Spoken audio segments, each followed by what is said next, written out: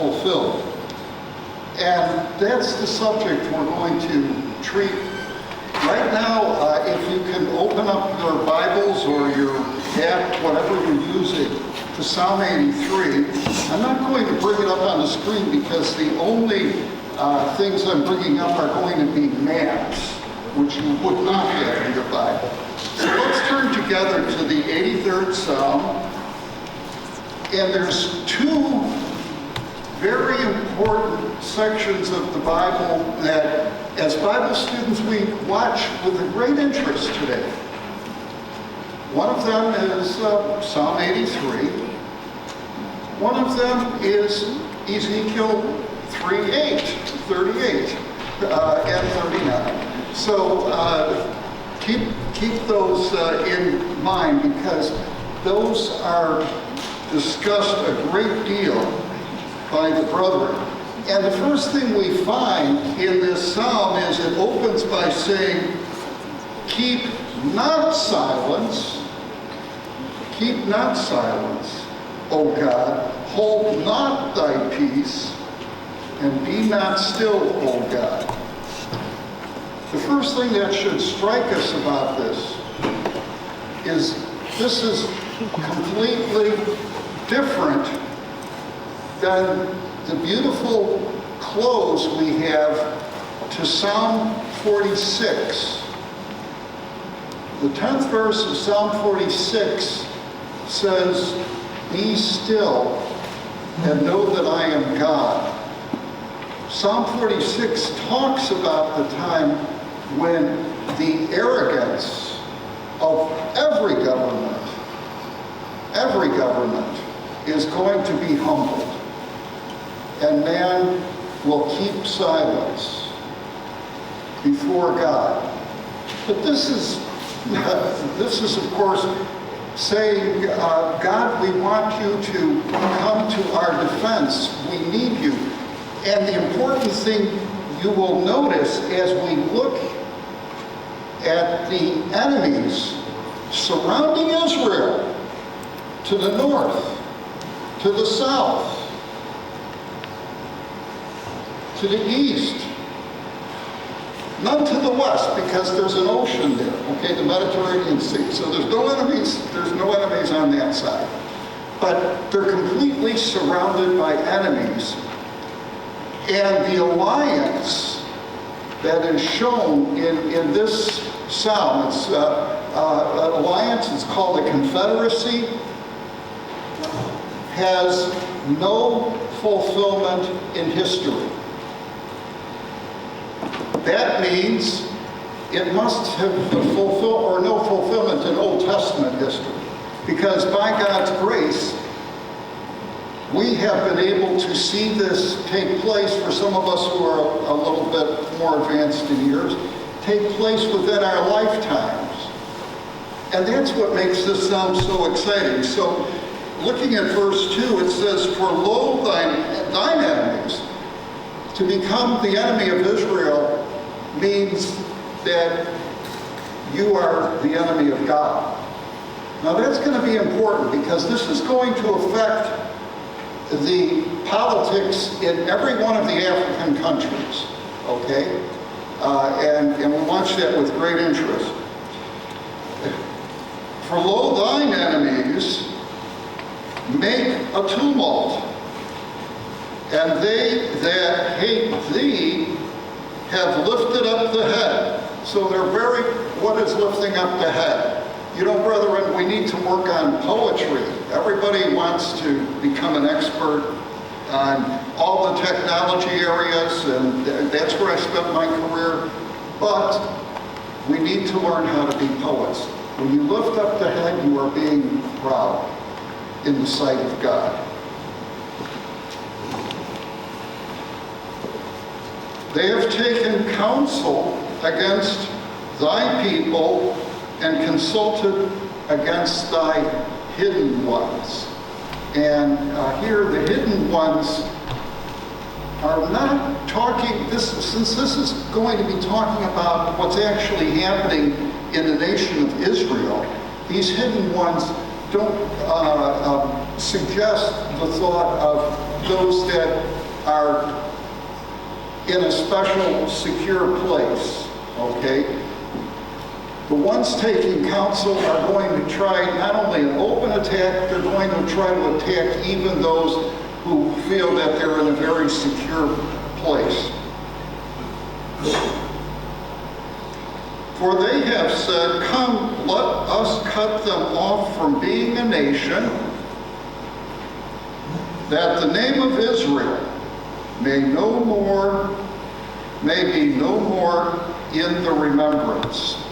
Well, we need to stop right here, because the focus of this shows, of course, there's a spiritual Israel. We're the spiritual Israel, but that is not the focus of correctly interpreting this psalm. This is actually talking about the nation that was formed in the year 1948, after World War II.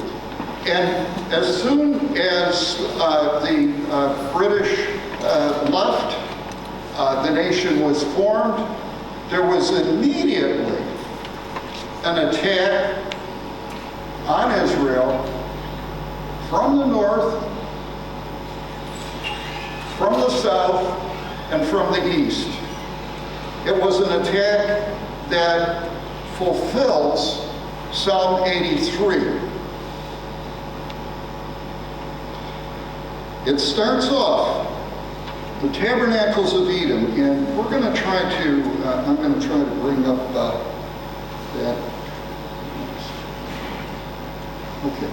Okay, so what I'd like you to take a look at, if you can see the map over here, we have, that's interesting. It was working a second ago. Okay.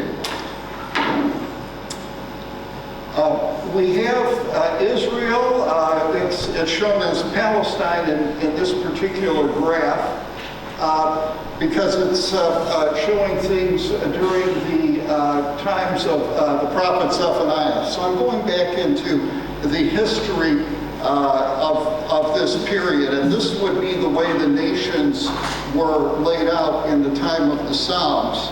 And what do we see here? We see that, yeah, there we go. Okay, so we have Israel over there. To the north is Phoenicia, where Tyre and Sidon, those twin cities, are. Up here in the north is the present, is what was Assyria. Today that's Iraq. And the first things that are, the first enemies that are mentioned, however, are the ones to the west. I think I can pull it up in this next slide a little more easily. Oh, thank you. Thank you very much. Okay, so we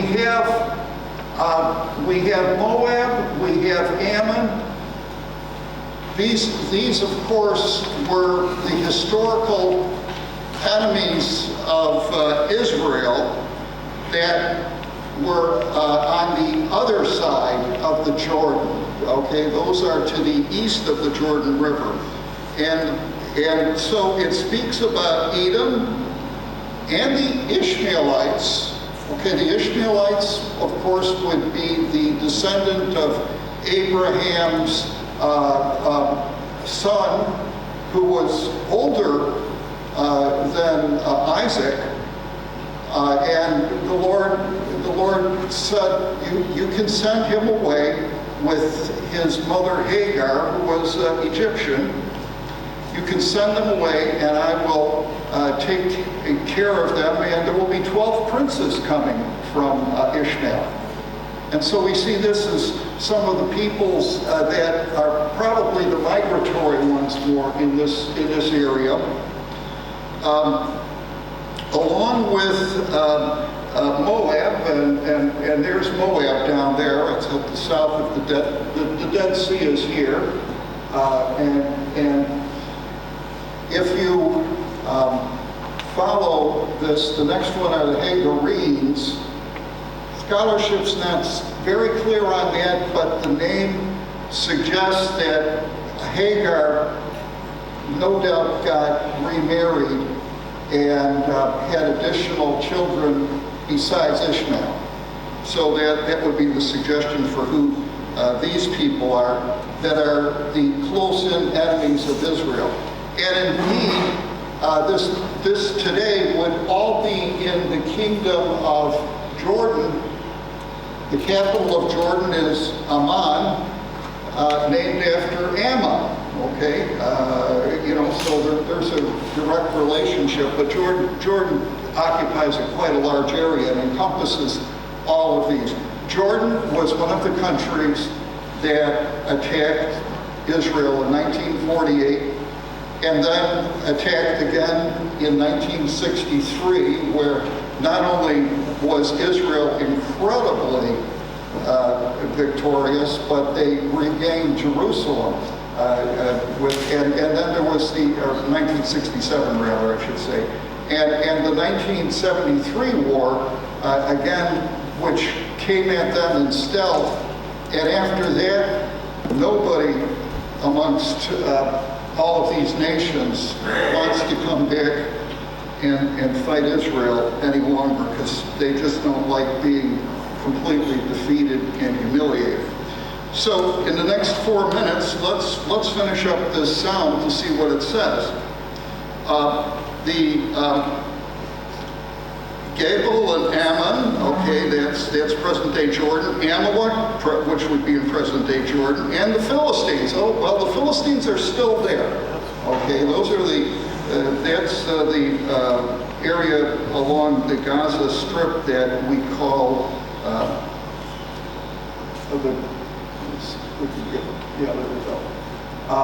those towns in the Gaza Strip are what constituted the backbone of the Philistines.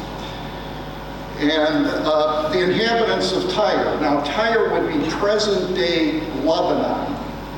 Okay, Beirut, Lebanon is about I think 60 kilometers or so north of Tyre. Asher, now that's present-day Iraq. Also is joined with them, and they've helped the children of Lot. Well, you remember Lot had the two children, that's Ammon and Moab. So they're already mentioned, but they're mentioned again. They're important enemies of Israel. Verse 9, do unto them as unto the Midianites. And this is taking us to the defeat of Midian by Gideon, taking on an incredibly large army with 300 men and defeating them. And how did he defeat them? The Lord struck fear into them, and Israel did not have to lift their sword. They had swords for sure, but they did not have to lift them. Midian used their swords against each other in the confusion of the battle. And that's something for us to watch prophetically. Do unto them as unto the Midianites, and as to Sisera. Now, Sisera is the general who fought against one of the most remarkable judges of Israel, because the judge was a woman. This was Deborah, okay? And Sisera was defeated at Megiddo. There have been many battles at Megiddo, Armageddon being the last of those. And during this time, Sisera took flight, and he thought he was safe, but Yael ended Sisera's life when he was sleeping. It says, do unto them as unto the Midianites, as to Sisera, and to Jabin, and at the brook of Kishon, which is, of course, in Megiddo, which perished at Endor. Remember the witch of Endor? Because that's right by Megiddo. They will become as dung on the earth. Make their nobles as Oreb and Zeb. I'm going to say keep that for personal study. We don't have time to comment. But verse 12 says, let us take to ourselves, this is their boast when they lifted up their head. Let us take to ourselves the houses of God in possession. Now here's the prayer of the psalmist. Oh my God, make them like a wheel, and as stubble before the wind. Well, if somebody asks in the question session, Brother Richard, do you have a thought on the wheel? I'll be happy to go on to that. And the fire that burneth a wood, and a flame that setteth the mountains on fire. So everything gets burned up of those from these mountainous countries around who were coming against Israel. So persecute them with thy tempest. Now we have something different. We have the element of fire. Now we have the element from the storms from the sky. So we have the mention here of the tempest, and make them afraid with thy storm.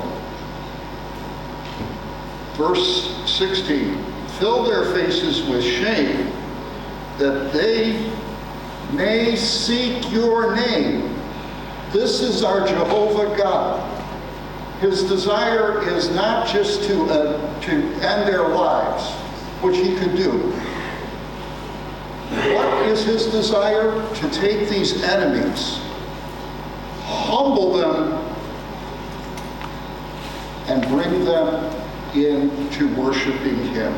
So with the 0 minutes we have left, the last two verses say, let them be confounded and troubled forever, because they're going to remember the bad things they did. Yea, let them be put to shame and perish, that men may know thou, whose name alone is Jehovah, and at the worst high over all the earth. Amen. Thank you, Brother Richard. Now it's time to ask Brother Richard questions on his presentation. Next question.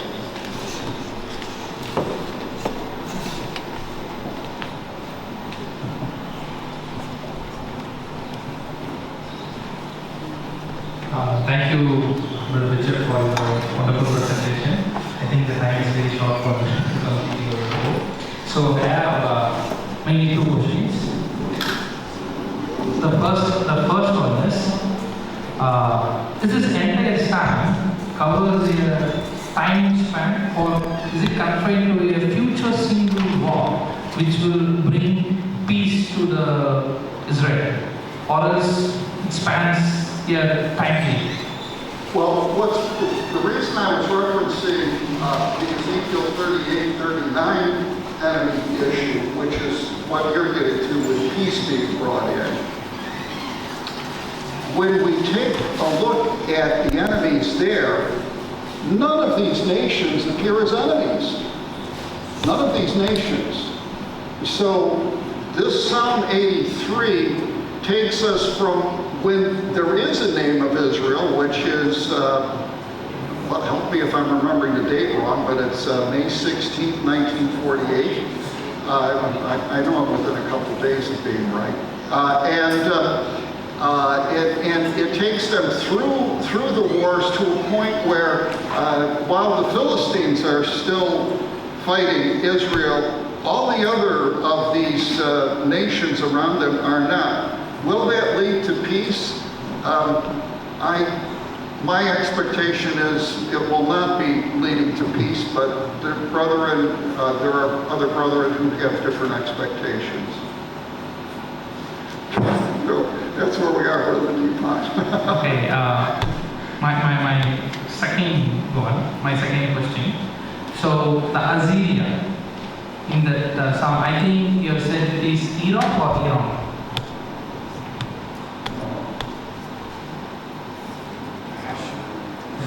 Yeah, and Okay, what's happening on the ground with Assyria is quite interesting right now because they have been actually not Sunni but Shia Muslims who were aligned with Iran, and the fall of Bashar al-Assad was really a humiliation for Persia. Iran and Persia are one and the same in the Bible. When we're looking at that, this definitely, they have participated in the past against Israel. Will they become a problem for Israel in the future? That's quite possible because the regime that may actually be able to hold on to power looks like it's got a lot of elements of that group called ISIS from some time in the past that's being just a few years back. And so we're watching that with a great deal of interest. If specifically for Assyria, when you see the problems in Iraq linked to the name of the city Mosul, Mosul is located right on the border.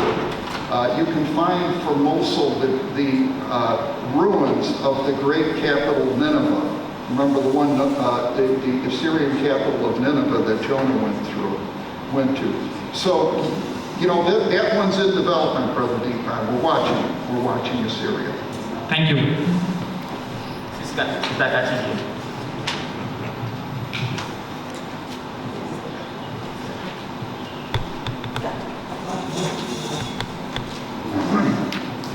Thank you. Thank you, Brother Richard, for your presentation. You mentioned the Hagarenes, and I have to admit, I'm not familiar with that group of individuals. That's two of us, Kathy. Okay, because that's what I was going to ask you. I do know that when Abraham told Hagar and Ishmael to leave his home, that was probably the last time I can recall scripturally that Hagar was even mentioned. I know that Ishmael was mentioned later on because he attended the funeral of the burial of Abraham. So, and you mentioned that Hagar possibly got married and had children, and her children were the Hagarenes. I just wasn't familiar with that. So I was wondering, where did you obtain this information from? Is it something in an encyclopedia? Because I know that it's not biblical. Thank you. I will make a diligent attempt to put a reference into your hands, but not right now. Okay, let's see. We got Brother Moses in the front here.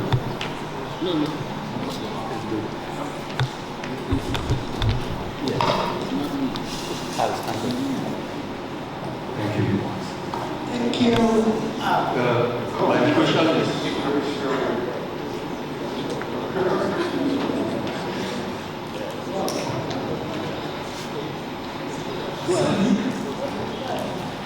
I want to say this, that yes, you say it's about the ladies, and like, to me I would say that all other enemies are not much of threat, other than Gaza, which attacked in October. And as far as how I see the remains, it's something between Israel and the conflict. And Israel bringing the peace and safety. The goal from our Lord Ezekiel 38, 9, 30, Ezekiel 12, Joel 15, which is Jacob's trouble that comes from Jeremiah. Now, this is what I want to say. There is Holy Land rescue, there is the Great Tribulation. Yeah. But are we in the times of something in are we saying we are in the times of something?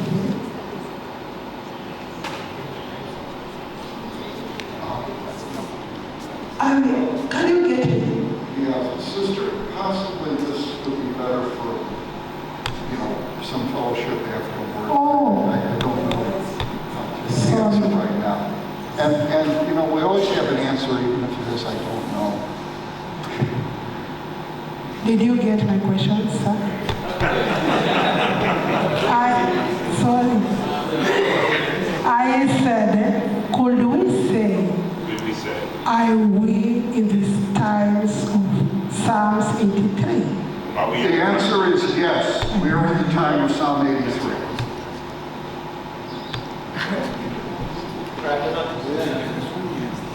Okay.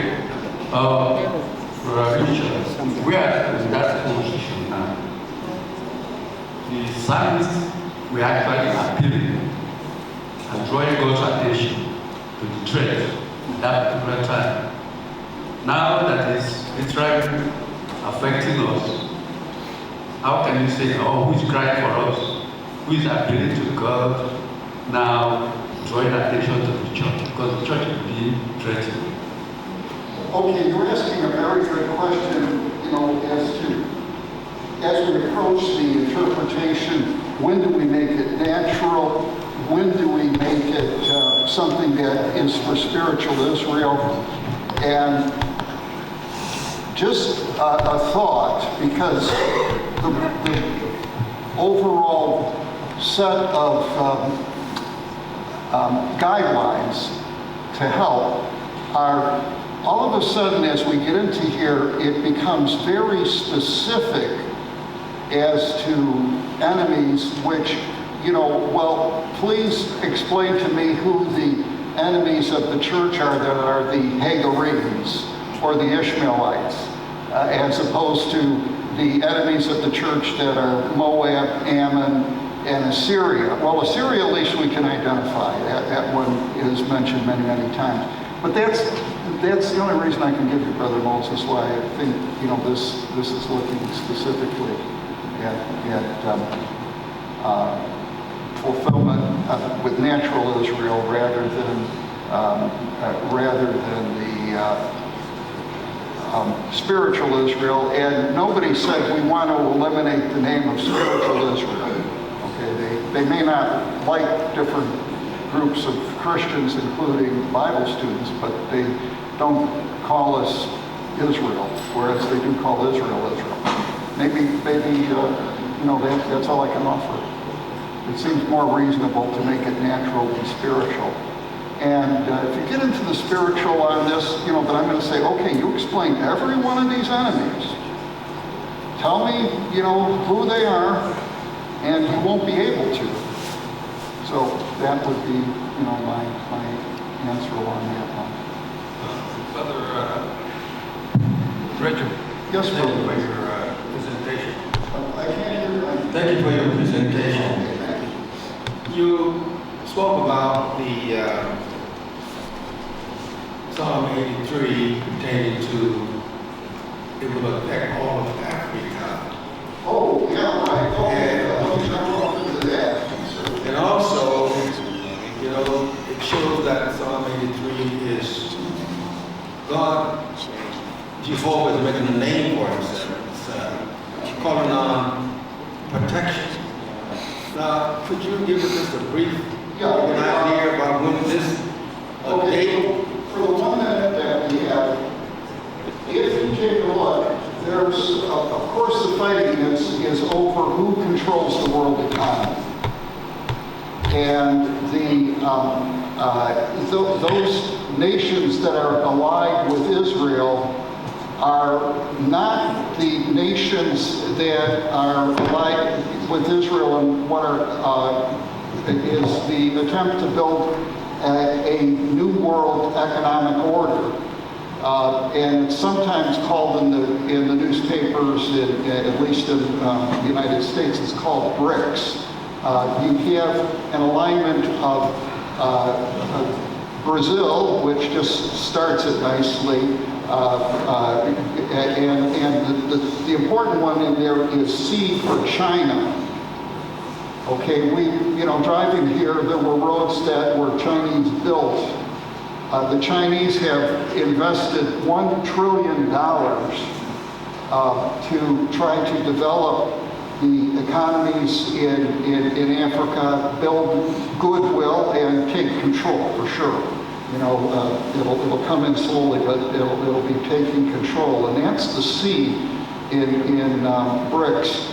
And so what they're going to try to do is draw the African nations, which will be aligned with this new economic order, because the present economic order hasn't done a thing to you know, really try to help in a big way to bring up the economic development. They've tried bandages a little bit, but not real effectively. And so that's why I say every African nation is going to be involved, because China is part of the enemies of Israel in Ezekiel 39, not in Psalm 83. They don't show up. They show up in Ezekiel 38 and 39. And that's a whole different story, brother.